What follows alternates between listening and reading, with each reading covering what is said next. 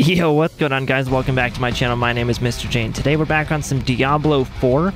Today I'm going to be teaching you guys about the Curiosity Vendor and the Whispering or Silent Chests. I believe they're called the Silent Chests and the Whispering Keys. And I'm also going to be explaining how to get some obols and what the obols are actually used for. So to keep this video really short and to the point, so for any of you guys who don't already know this, if you come to Kyovashad or really any of the major cities, you can see Kyovashad has the question mark bag there. Same with Karagar over here, and same with Kedbardu over here. They all have the question mark bag with the little coin stack next to it. That means that it has a Curiosity Vendor at them. But if you're in Kyovashad, if you look right at the map here, you can actually see the Curiosity Vendor right over here. So it's just basically southeast or so of the main portal area. You just head down these stairs over here, and there's a Curiosity Vendor right here. What she does is you go into her inventory and she gives you this long list of stuff with a bunch of like question mark eyeballs on it, and it's very kind of confusing your first time through here and you don't really know what you're doing. But as you can see, every item has a value, a cost to it with these purple sort of currency things. And if you look down here in your inventory, you also have obols, which say Curiosity Vendor on them. So your obols can be spent or are spent at the Curiosity Vendor in any major town. And so what the Curiosity Vendor will do here is, let's say I wanted a two-handed scythe, right? Your weapon might be different. I'm playing a Necromancer, so mine's a two-handed scythe.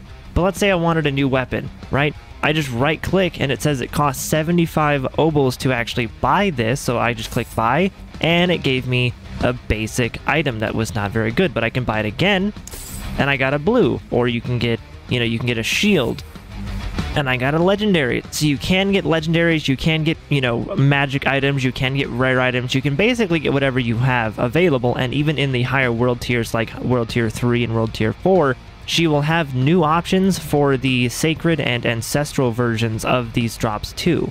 So whatever item you're actually in need of, if you are leveling up your character and you're in your 20s or 30s for character level and you're like, man, these boots just will not drop, I just need new boots, you can come through here and buy yourself some new boots, and eventually you will get an upgrade or you will get some good stuff. You can just keep clicking all of these items and eventually you will get some good stuff. But again, this is basically like your in-game gambling. There's no money cost to it. There's no real-life money in here, but you're essentially taking the obols and you're trying to randomly generate some good stuff. You're basing it off of RNG on whether or not you get some good stuff. So as you can see there, I got a legendary two-handed scythe, which is fantastic. Like, that is so cool that you can get legendaries from this with decent item power, decent damage per second. There's no real bad qualities to these items. They can actually be upgrades for you.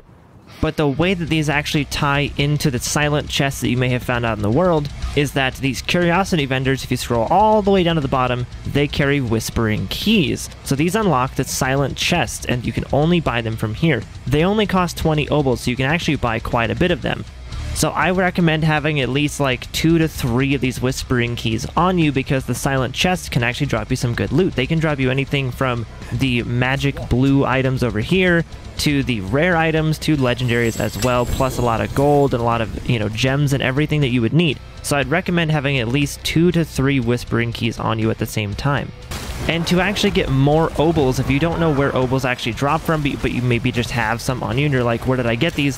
Obols can actually spawn from bosses in either like the world or events or bosses in dungeons. Sometimes you can get them from there too. Like, you just kind of get them randomly from a couple different sources, but the main source of obols is from live events in the world, whether it be the escort missions or a world boss or legion events. You can basically just get, like, sometimes you get 20 to 30 depending on your level, sometimes you're getting 40, 50, 60, 70, 80 obols per event. Depends on your level, depends on the world tier that you're in, but that is how you get obols, is actually from events in the world or from bosses, and like their chest drops or like events within dungeons can also give you obols too. So it doesn't have to be events out in the world, it can be events within a dungeon as well. So as you can see here, I actually did do an event earlier and I got 15 Murmuring obols on the ground right here. So as soon as I walk, I just picked up 15 more obols, and now I'm back up to 30, so I can go buy more stuff at the Curiosity Vendor. So that will go ahead and do it for this video, guys. Thank you so much for watching. Thank you so much for hanging out with me. Hopefully this helps you guys out. Hopefully this answers some of your questions. If you have any more questions or more things that I can help you with by making more videos, let me know in the comments down below.